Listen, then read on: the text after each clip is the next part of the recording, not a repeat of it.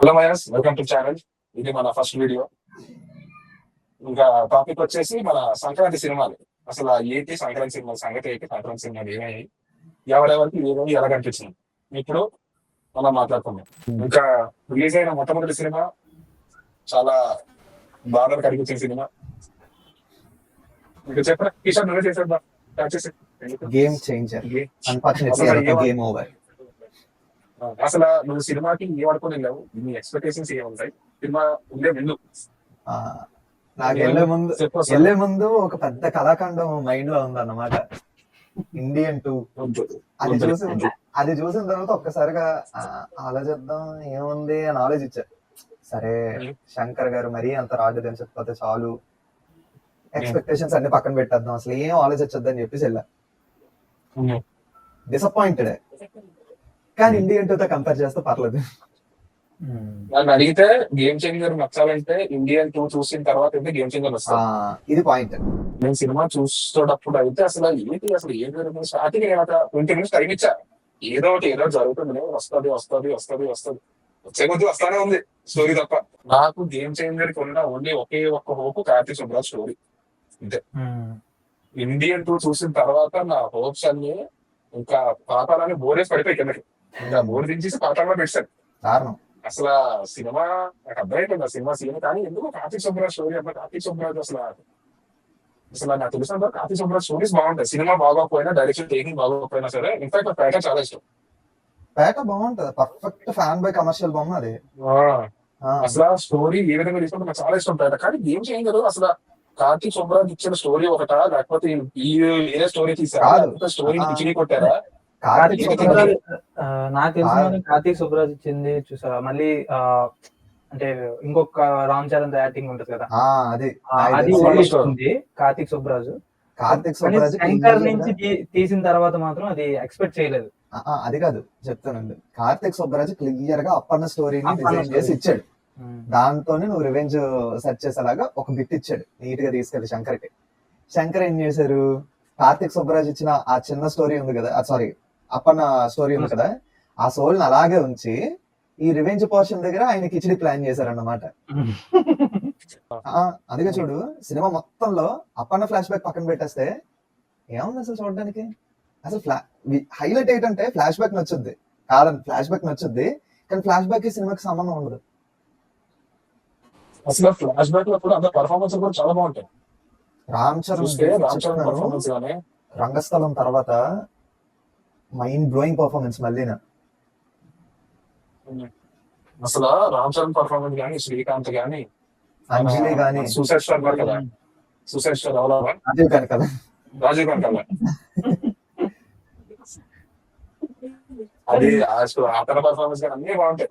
కానీ cinema climax మన second half Appanna story తీసేస్తే ఎక్కడెక్కడి నుంచో తెచ్చింది అలాగ అతికించినట్టు ఉంటుంది సినిమా. ఏదైనా 4 ముక్కలు తీసుకొచ్చి దీనికి అతికించినట్టు ఉంటుంది స్టోరీ, అంతే. అబ్బా కానీ హారబుల్, మెయిన్ హారబుల్ ఏంటో తెలుసా చెప్తాను. శంకర్ గారు మనకి ప్రీవియస్ గా తెలిసింది ఏంటి, టెక్నాలజీని వ్యూరియస్ వేస్ లోని చాలా కొత్తగా డిఫరెంట్ గా యూజ్ చేస్తారని. అసలు తమిళ మూవీ గానీ, తెలుగు మూవీ గానీ, ఇండియన్ సినిమాకి గానీ కొత్త రకమైన టెక్నాలజీస్ తీసుకొచ్చిందే ఆయన. అలాంటిది ఆయన మోకోబోట్ ని ఇంత దారుణంగా వాడతారు అనుకోలేదురా. మోకోబోట్ ని ఎంతలా మర్డర్ చేశారంటే చెప్తున్నారు కదా. కనీసం బోయా సినిమాలో ఫిజిక్స్ కూడా లాజిక్ ఎక్కువ ఉంటుంది. ఇండియన్ 2 లో మోకోబోట్ షాట్లు, ఇండియన్ 2 కాదు అది, రెండింటిలో తేడా కనిపించట్లేదు. కానీ నాకు అర్థం కాదు ఇంకోటి, ఒకసారి ఎలక్షన్ కమిషన్ అయిపోతుంది, మళ్ళీ ఐఏఎస్ ఆఫీసర్ అయిపోతుంది, వెంటనే మళ్ళీ వెంటనే ఎలా అన్నీ చెప్తే నాకు అర్థం కాదు. అసలు సినిమా సెకండ్ హాఫ్ అంజలి చనిపోవడానికి మెయిన్ ప్లాట్ ఏంటంటే వీడి పార్టీకి సపోర్ట్ చేస్తారని చెప్పి వాళ్ళు చచ్చిపోతారు.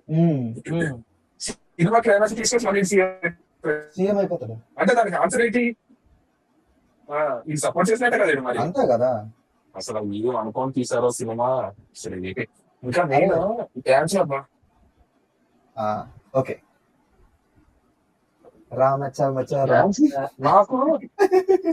నాకు రెండు డౌట్లు ఉన్నాయి.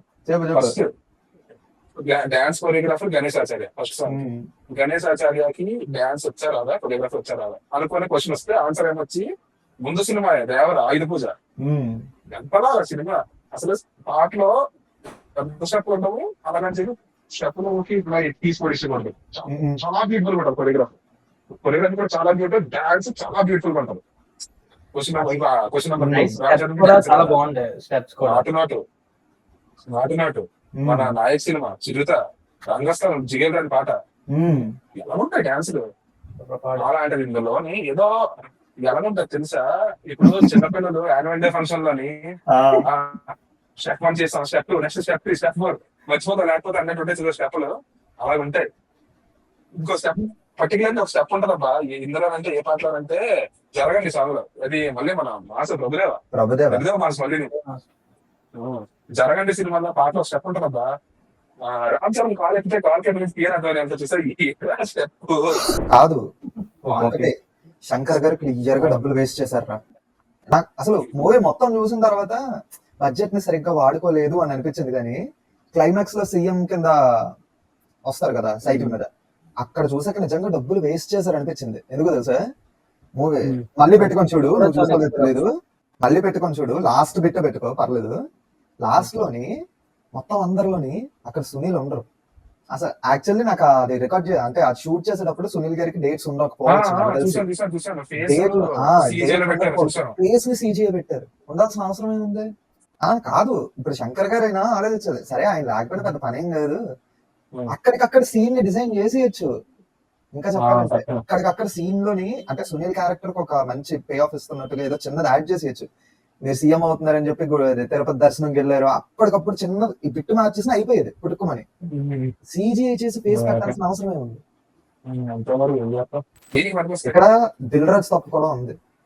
బడ్జెట్ పడుతున్నాం అంటే ప్రతి సినిమాకి బడ్జెట్ విషయంలో కేర్ తీసుకుని ఆయన ఈ సినిమాకి 450 కోట్లు బడ్జెట్ వెళ్ళిపోయినా ఎలా ఉన్నారు అంత ఈజీగా ఎలా వదిలేసారు? ఇక ఉంది శంకర్ ఉన్నారు, రామ్ చరణ్ ఉన్నారు, నమ్మకం. పాపం నిజం చెప్తున్నాను రా, రామ్ చరణ్ గారు మధ్యలో గౌతమ్ తిన్నూరి మూవీ వదిలేసుకున్నారు ఈ సినిమా కోసం. అదే ఒక ఆ మూవీ నిజంగా వీడి 12 అయ్యి ఉంది అంటే ఇప్పుడు విజయ్ దేవరకొండ మూవీ అవుతుంది కన్ఫర్మ్ కాలేదు అదో కాదో అనేసి. ఇన్ కేస్ రామ్ చరణ్ కి చెప్పిన స్టోరీ విజయ్ దేవరకొండతో తీస్తున్న స్టోరీ ఒకటే అయ్యింది, ఆ సినిమా గానీ పిచ్చెక్కిపోయేంత హిట్ అయ్యింది అనుకో, ఏడుస్తారు రామ్ చరణ్ ఫ్యాన్స్ అంతా దీనికోసం ఇంత వెయిట్ అని. మహారాజ్. Okay, duke Maharaj.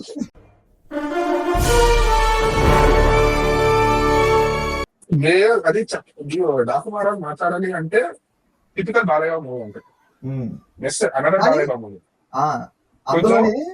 మరి క్యారికేచర్ గా తీయకుండా కొంచెం కొంచెం బాగానే ఉంది. డాకు మహారాజ్ చూడొచ్చు అట్లీస్ట్. డాకు మహారాజ్ చూడొచ్చు అంటే డాకు మహారాజ్ తెలుసు అసలు మనం బాలయ్య సినిమాకి వెళ్తే ఏముంటాయి ఫైట్లు, యాంటీ గ్రావిటీ ఫైట్లు, సాంగ్ స్టెప్లు.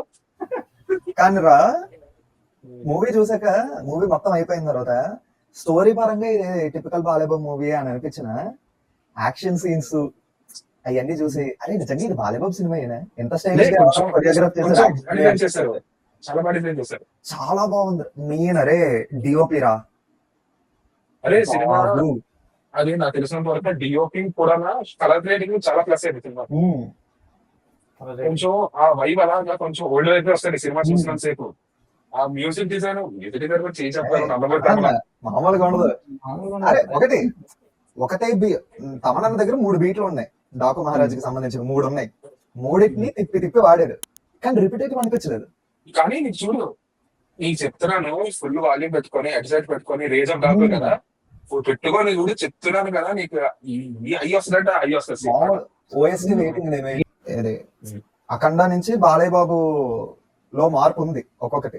ఇంకొకటి అంటే నేను మార్పు అని ఎలా చెప్తానంటే సీఎం ఫైట్స్ ఉంటాయి కానీ కొంచెం తగ్గుకుంటూ వస్తుంది. అఖండ మీద మన ఇది ఉంది కదా మన అనిల్ రావుపూడి గారు మన అనిల్ రావుపూడి సినిమాలో భగవాన్ కేసరిలో కొంచెం తగ్గింది ఆ ఫైట్స్ కానీ కొంచెం. మరి ఇంకా హీరోయిన్ ఫేవర్, హీరోయిన్ తో డ్యూయెట్లు ఇలాంటివి ఏం లేవు. మరి యాంటీ గ్రావిటీ ఫైట్లు ఇవి కాకుండా కొంచెం తగ్గింది, కొంచెం పర్లేదు, కొంచెం స్టోరీ మీద కాన్సన్ట్రేట్ పెట్టారు, కాన్సన్ట్రేషన్ అనేది ఉంది. దాంతో పోలిస్తే ఇది కొంచెం బాగుంది. పైగా బాలేబాబు లుక్స్ కూడా కొంచెం మారే అరే కొంచెం బాగుంది. స్టైలిష్ గా ఉన్నారా, ఇది నేను చెప్పాలనుకుంటున్నాను. చాలా స్టైలిష్ గా అనిపించారు నాకు. పర్టికులర్ ఒక సీన్ అయితే సెకండ్ హాఫ్ లోని ఆ విలన్ ఇంటికి వచ్చిన తర్వాత ఫస్ట్ డాకు రిలీజ్ చేస్తారు కదా, మన ఎక్కడ? డాకు ఫేస్ రిలీజ్ చేస్తారు. Daaku. Daaku face release scene ఒకటి, ఆ, దాని తర్వాత సెకండ్ హాఫ్ లోని మన విలన్ ఇంట్లోకి వెళ్తారు చూసావా, ఉమ్, పెద్ద బొట్టు పెట్టుకొని బ్లాక్ ఆ, అవుతుంది అవును. ఏదుండి, దాని తర్వాత ఒక సడన్ గా మెరుపు వస్తుంది. ఉమ్. ఏముందబ్బా ఏముంది ఆ, లుక్ మాత్రం అరే అనుకుంటాడు. సెకండ్ హాఫ్ లో ఇది అంటే డాకు ట్రాన్స్ఫర్మేషన్ టైంలోని అదే పానీ కావాలరా నీకు అని చెప్పేసి కడతాడు కదా. మ్యూజిక్ ఆ సీన్ అలాగా, మ్యూజిక్ కాదు, ఆ సీన్ అలాగా చూస్తున్నంతసేపు నాకు సమరసింహారెడ్డి సినిమా గుర్తొచ్చిందిరా. కానీ నీకు అది ఎందుకు అంత ఎలివేట్ అవుతుంది అంటే సీన్ ఉన్నంత సేపు ఎక్కడ బీజిఎం ఉండదు, సైలెంట్ ఉంటుంది సీన్. ఉమ్. నీకు ఇల్లు కావాలని Dialogue చెప్పగానే చెప్తున్నప్పుడు. ఆ, ఎక్కడ నీకు ఎక్కడ ఎన్కౌంటర్ కూడా అవ్వదు, చాలా సైలెంట్ ఉంటుంది సీన్. చాలా ఆ, ఒక్కసారి ఇలా పెట్టగానే తమరాన్ని అక్కడ కొడతా, ఒకసారి లేవరా నువ్వు, ఆ. ఇంకా నువ్వు లెగ సీట్ల మీద నుంచి ఛాన్స్ వచ్చిందని చెప్పి కానీ ఇంకా అంతే అయ్యే మూవీకి ఫాల్ కూడా అక్కడే. ఆ సీన్ అయిపోయిన తర్వాత అలా దిగుద్ది. అరే ఎందుకు ఇంత స్ట్రెచ్ చేస్తున్నావు, అయిపోయింది డాకు అయిపోయాడు, face of need face of అన్నట్టు అనిపిస్తుంది. నాకు డిసప్పాయింటింగ్ ఏంటంటే క్లైమాక్స్ రా, ఎందుకు చెప్తానండు. క్లైమాక్స్ ఇప్పుడు అంటే నాకు సేమ్ అనిపించింది కానీ ఎందుకు చెప్తాను క్లైమాక్స్ ఇంకా బాబీ డియోల్ అంత హై ఇచ్చిందని పక్కన తీసారని ఒకసారి. అదే ఇంటర్వెల్ దగ్గర బాబీ డియోల్ కి హైప్ ఇస్తాడరా. నాకు మళ్ళీ అక్కడ ఎడిట్ బాగుంటది ఇంటర్వెల్ దగ్గర, ఇటు బాలయ్య ఇటు కొట్టడానికి వచ్చి ఇక్కడేమో వైట్ టైగర్ అదే సారీ స్నో లిపర్డ్ ని ఫేస్ చేస్తున్నప్పుడు ఆ రెండింటిని ట్రాన్సాక్షన్ బాగుంటది. అక్కడంతా హై ఇచ్చిన తర్వాత చేస్తారు. ఆ ఫేస్ ఆఫ్ గట్టిగా ఉంటది. కనీసం క్లైమాక్స్ లో నేను కొట్టుకు సత్తారు ఇద్దరు అని అనుకున్నాను. కానీ ఇప్పుడు నన్ను అంటే తిడతారు కానీ బాలయ్య బాబు ఎంట్రన్స్ సీన్ ఉంటుంది చూసావా, ఏది Balayya Babu intro scene okay jail dress అదే మ్యూజిక్ స్టార్ట్ అవ్వగానే నాకు ఎందుకో చెనకేశ్వరి ట్రైన్స్ మ్యూజిక్ చెనకేశ్వరినా ఇదిరా నరసింహనాయుడు రా. ట్రైన్ అదే నరసింహనాయుడు ట్రైన్ లో నుంచి ఇలా దిగ్గానే అందరూ Narasimharayudu sorry sorry sorry Narasimha Naidu అది నరసింహారాయుడు ట్రైన్స్ ఉంటుంది సార్, చిడికి చిక్కలు ఉంటుంది సార్ మ్యూజిక్ సేమ్ సేమ్ అనిపించదు నాకు. అదే ఉంటది. బాబీ నాకు ఇంకోటి ఫస్ట్ హాఫ్ స్క్రీన్ ప్లే చాలా టైట్ గా ఉంటది రా. ఫస్ట్ హాఫ్ స్క్రీన్ ప్లే లో బ్రేక్ ఎక్కడైనా వచ్చిందంటే ఓవర్సీరవుతుంది. ఆ సాంగ్ వద్దు బ్రేక్ ఓవర్సీర్ అవుతున్న స్క్రీన్ మీద వచ్చినప్పుడు అలాగా ఇంకా తీయండి అన్నట్టు అనిపిస్తుంది. అవసరం లేదు.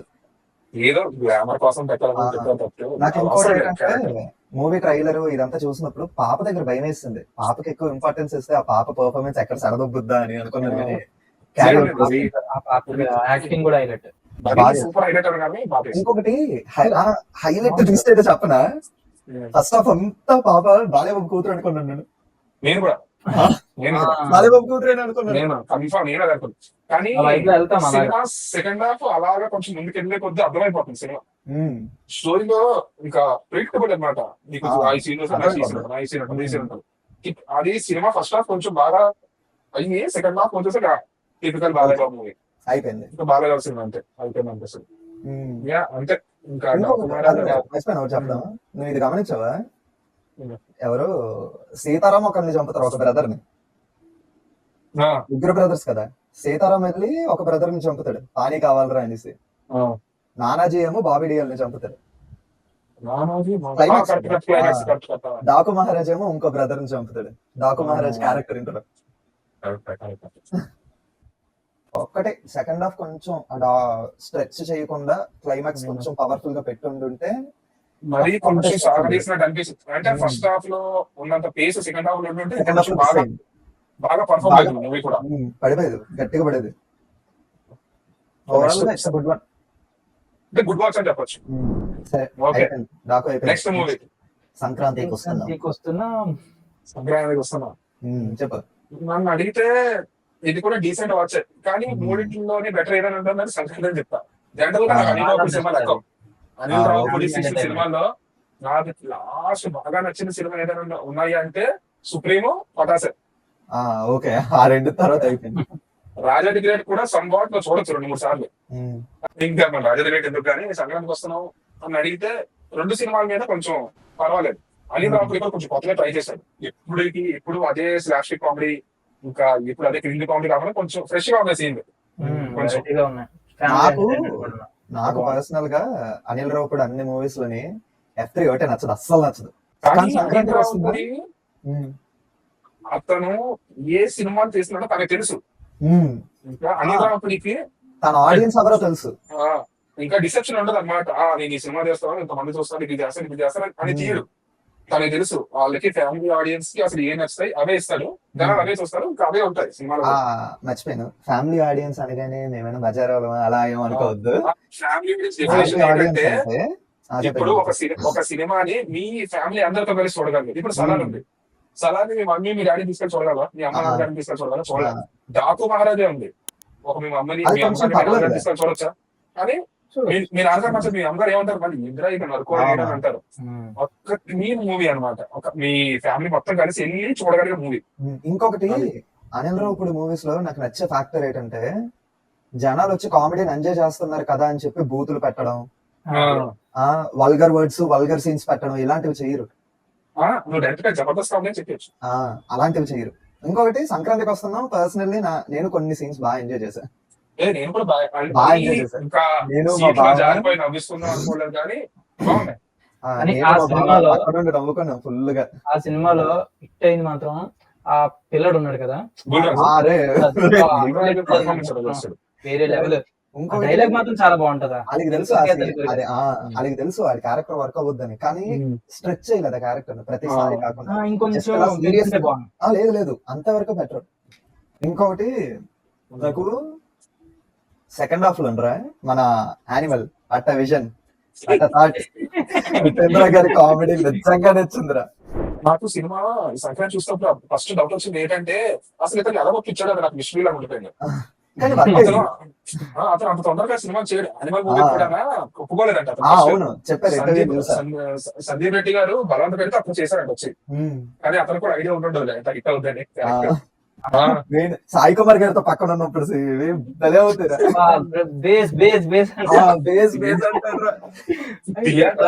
కదా సాయి కుమార్ గారు ఏంటిరా లబ్బే మామూలు కాదు ఆయన అక్కడ.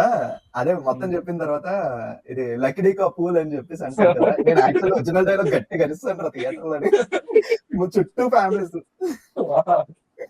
నిజంగా చెప్తున్నాను కదా, నేను సంక్రాంతి వస్తున్నాం ఇంకా ఫస్ట్ రిలీజ్ అయిన 10 days అనుకుంటా చూడలే సినిమా.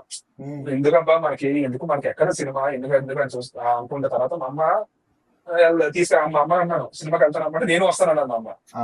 సరే మా అమ్మ వస్తాను అని చెప్పి వెళ్ళాను సినిమాకి వెళ్ళిన తర్వాత పార్కింగ్ మొత్తం ఖాళీ థియేటర్ అంతా ఖాళీగా ఉంటే ఏంటి థియేటర్ ఖాళీగా ఉందని చెప్పి లోపలికి వెళ్ళే టైంకి చూస్తుంటే బయట హౌస్ బోర్డు పెట్టాడు. మొత్తం పార్కింగ్ అంతా ఫ్రీగా ఉంది, ఇక్కడ హౌస్ బోర్డు పెట్టాడు ఏంటని చూస్తే నేను వచ్చి లోపలికి చూస్తే మొత్తం లేడీసే.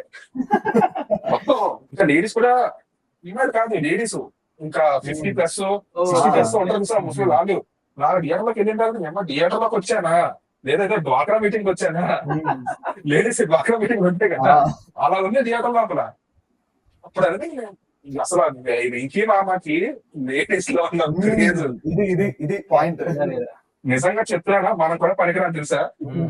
నువ్వు వెంకీ మామ ఫ్యామిలీ కాన్సెప్ట్ సినిమా ఎలాగుంటాయంటే నువ్వు ఏ మూడ్ లో ఉన్నా సరే పెట్టుకొని చూసే సినిమా అంతా కూర్చొని. మ్యూజిక్ కూడా బాగుంటది, సీన్స్ పెట్టుకుని చాలు ఎంజాయ్ చేసేస్తా. ఇంకా మ్యూజిక్ అంటే గుర్తొచ్చింది రమణ గోఖలే రిటర్న్ చాలా బాగా పనిపిస్తుంది సార్. మూవీ చాలా బాగా ప్రమోట్ అయింది, చాలా బాగా. అంటే గోదావరి గట్ సినిమా పాట ఎక్సలెంట్, చాలా బాగా. ఇంకా ఫ్రాంక్లీ స్పీకింగ్ నేను చాలా సంవత్సరాలుగా వెయిటింగ్ రమణ గోఖలే రిటర్న్ కోసం. నాకు ఇప్పటికీ రమణ గోఖలే పవన్ కళ్యాణ్ కాంబినేషన్ సాంగ్స్ అరే అల్టిమేట్. అది ప్లేలిస్ట్. ఇంకా రమణ గోఖలే పవన్ కళ్యాణ్ కాంబినేషన్ లో మీరు ఏ సాంగ్ తీసుకోండి ఇంకా చెప్తున్నాను కదా సూపర్. అసలు కాంబినేషన్ చెప్తున్నాను కదా అదొక అంతే. అది మూవీలోని వెంకీ మామని కూడా ఈజీగా డామినేట్ చేసింది ఐశ్వర్య రాజేష్ గారు. ఐశ్వర్య ఈజీగా డామినేట్ చేస్తారు, చాలా బాగుంది. బాగా సినిమా ఫ్యామిలీతో మొత్తం అందరు ఫ్యామిలీతో. మీనాక్షి గారు కూడా యాక్టింగ్ బాగానే చేశారు.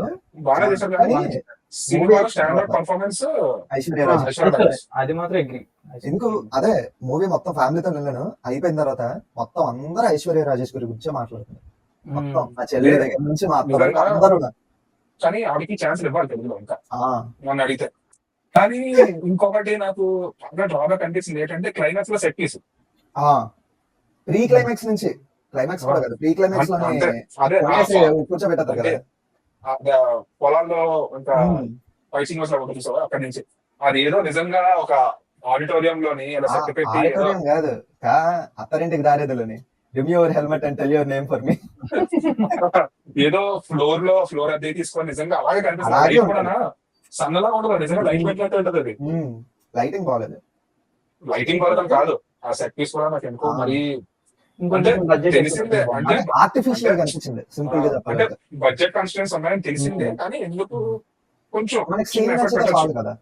అంతే స్క్రీన్ ప్లే అలా అని చెప్పి ఇంకొకటి మనకి సీన్ నచ్చుతుంది కదా అని చెప్పి ఇప్పుడు అప్కమింగ్ మేకర్స్ గానీ ఎవరైనా సీన్ బాగుంటది కదా అని చెప్పేసి కాంప్రమైజ్ అయిపోయి మంచి సీన్స్ కూడా ఇలా లో క్వాలిటీలో తీస్తే మాత్రం కరెక్ట్ గా అంతే.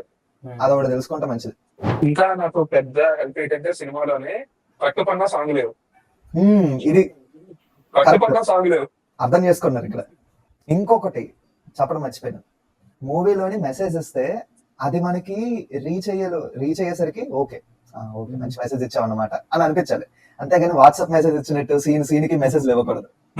అది నాకు ఇది ఒకటి మళ్ళీ మంచిగా అనిపించింది. చూసావా సినిమా స్టార్టింగ్ లో అక్కడ టీచర్ ని చూపించాడు, మనం మనీ ప్రాబ్లం అనుకున్నాం, లాస్ట్ లో టీచర్ కి పేరు ప్రాబ్లం అని చెప్పేసి. అంటే నాకు మధ్యలోని అలాగా చిన్న చిన్న లాగ్ సీన్ పడ్డది చూసావా, లాగ్ సీన్ పడ్డప్పుడు నాకు అనిపిస్తుంది అసలు టీచర్ సీన్ ఎందుకు పెట్టారు, డబ్బులు ఇచ్చాడు అసలు నా బ్రెయిన్ అటాచ్ అయింది. కానీ లాస్ట్ లోని ఈయన నాకు కావాలి, ఈయన నేను ఉంచుకుంటాను అప్పుడు నాకు డౌట్ వచ్చింది నేను ఇంకా ఏమనుకున్నాను తెలుసా, అవసరం శ్రీనివాస్ గారు ఆయన కొడుకేమో అనేసుకున్నాను నేను అప్పటికప్పుడు.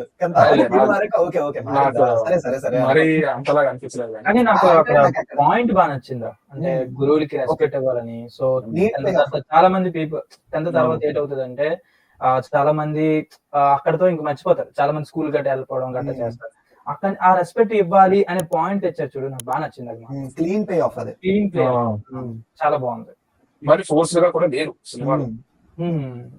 సినిమాలో లేదు, కొన్ని సినిమాలో పెడతారు క్లైమాక్స్ లో పెడతారు అనమాట, లాస్ట్ లో 3 డబ్బులు పెట్టి ఒక సినిమా చెప్పేసి ఏదో మెసేజ్ ఇవ్వాలి అని చెప్పేసి ఎవరితో పిఎం ఇద్దాం అని చెప్పి ఫోర్స్ గా ఇంకా సినిమా లేకపోయినా సరే పర్లేదు తోసేద్దాం అని చెప్పేసి ఇది పెడతారు. చిన్నప్పుడు మమ్మీ లంచ్ బాక్స్ అనేది నువ్వే తినాలి మరి అంతలా లేదు కానీ బాగా నేను అంటే ర్యాంకింగ్ కాదు, 3 మూవీస్ లో నాకు Daaku Sankranti decent good one అన్నట్టు అనిపించే, గేమ్ చేంజర్ డిసప్పాయింట్ చేస్తుంది. ఇదే నాకు ఫస్ట్ వస్తే గేమ్ చేంజర్ అంటాను నేనైతే. డిసప్పాయింటింగ్